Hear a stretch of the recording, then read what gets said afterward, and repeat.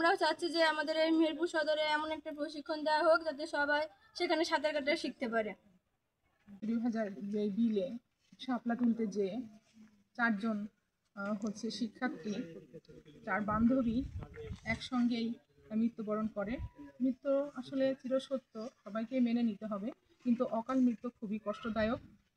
আমরা সান্ত্বনা দেওয়ার ভাষা হারিয়ে ফেলেছি। তাদের আজকে গার্জেনদের কাছে আমরা এসেছিলাম, তাদের পিতামাতার কাছে। খুবই আমরা কষ্ট পেয়েছি। আমরা সমবেদনা দেওয়া ছাড়া কোনো কিছু আমাদের ভাষা নেই।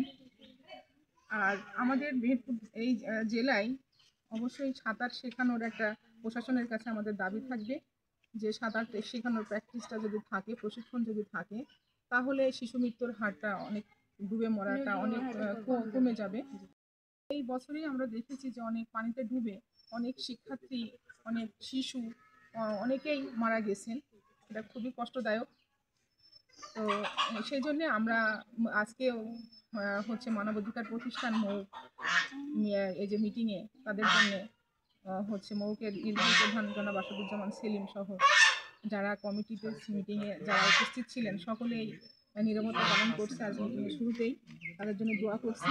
আমরা সকলেই দোয়া করছি সে যেন জান্নাতবাসী হোক। আমার তার আত্মার মাগফিরাত কামনা করি। তাদের পরিবারের আল্লাহ তাদের ধৈর্য ধরার তৌফিক দান করুন, এবং চারজন যে বান্ধবী তারা অকালে ঝরে গেছে, তারা আর কোনো মা বাবার যেন এরকম ভুল না হয় সেই প্রত্যাশা আমরা করি, এবং আল্লাহ তাদের জান্নাতের সর্বোচ্চ স্থান হচ্ছে দান করুন, এটাই আমরা কামনা করি। আমরা এসেছিলাম রাজনগর গ্রামে, একটি ফ্যামিলির 4টি শিশু, যারা আমাদের স্কুলের মাধ্যমিকেরও 2জন আর প্রাথমিক বিদ্যালয়ের 2জন অকাল মৃত্যু হয়েছে পানিতে ডুবে।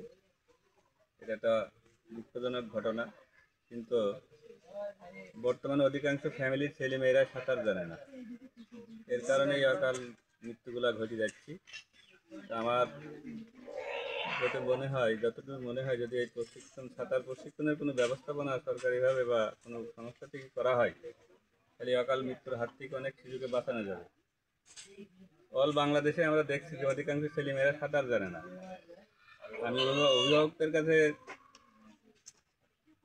আবেদন জানাবো তাদের ছেলেমেয়েদের যেন নিজ দায়িত্বে হলেও সাঁতার শেখায়।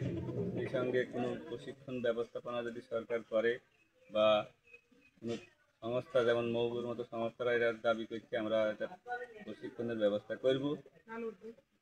এটা একটা ভালো উদ্যোগ। তারা যদি এটা করতে পারে তাহলে আমরা তাদেরকে ধন্যবাদ জানাবো এবং আমরা সেটা সাদরে গ্রহণ করবো, এই বলে আমরা বক্তব্য।